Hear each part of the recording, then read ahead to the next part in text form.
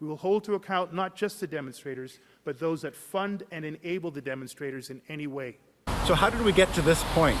This point where GoFundMe has shut down the donations going to support the trucker convoy?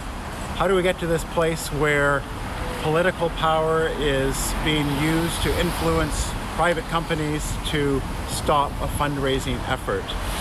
Several days ago, a local councillor here in Ottawa, Diane Deans, who also happens to be the chair of the Police Services Board, was quite vocal, saying that she wanted the Mayor of Ottawa and the Prime Minister to call GoFundMe and to pressure them to shut down this fundraising effort.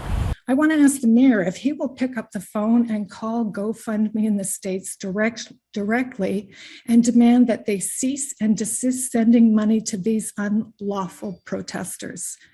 More recently, Police Chief Peter Sloly was also quite vocal about interfering with the fundraising efforts of this protest campaign. We are doing more and more each day as we learn and understand the nature of this demonstration, how it is supported, funded, sustained. We will hold to account not just the demonstrators, but those that fund and enable the demonstrators in any way. Despite what you might feel about this trucker protest and the vaccine mandates that they are protesting, do we really want to live in a society where local city councillors are interfering with perhaps a donation that someone from Saskatchewan or New Brunswick made because they support a cause?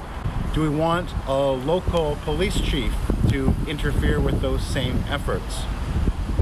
And it's troubling because for those people who've been on the streets in Ottawa, as I have, both day and night, I've spoken to literally hundreds of people and have not seen any extremist or violence acts, but it's been overwhelmingly very peaceful and loving, in fact.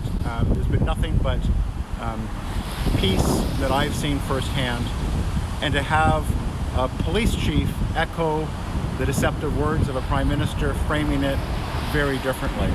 Their lives continue to be severely impacted by unlawful and unsafe events. This is unacceptable. And it's troubling because for several reasons. One, as a police officer, the police chief is meant to follow the ethics of honor and courage in service. That's written right into the police ethics handbook here at the Ottawa Police Services. They talk about acting honourably and not being deceptive and being responsible with the power that they've been vested by the public. And in terms of courage, they talk about not just physical courage. Certainly as the police roll up to a scene that could be violent, we want them to have courage and to act honorably in those situations. But being courageous isn't just about physical courage, it's about having the courage to stand up to political pressure. And our police chief here in the city of Ottawa, although it is a political position, arguably, first and foremost, he is a police officer who has sworn an oath to uphold the Constitution and to maintain the peace. Has he acted honorably? Has he shown courage? Has he shown service to the people? He calls this a lawful protest, so why is he intent on shutting it down? Is this what we want from a chief of police in a Canadian city? And what's particularly troubling is there are hundreds of Ottawa police officers on the street, not just from Ottawa.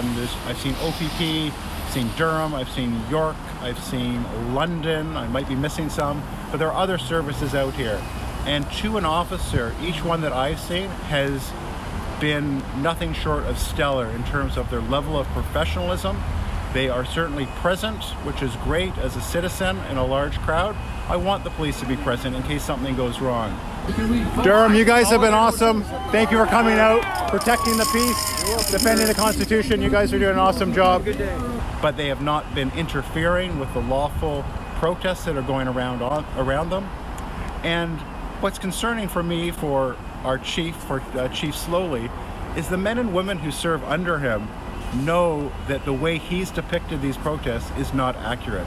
They see it firsthand. They're out here in the cold, seeing the protesters, and then they hear their chief of police frame it or depict it as something that it's not. And what does that say to the rank and file members of our police force when they see their chief, the one that they should be looking up to, the one who should be an example of honor, courage, and service, so blatantly not living up to those values that he's purported to hold.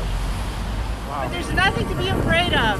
This is really for all Canadians who are vaccinated, unvaxxed. Mandates got to go. This is a democracy. I was born here and I'm so proud to be Canadian.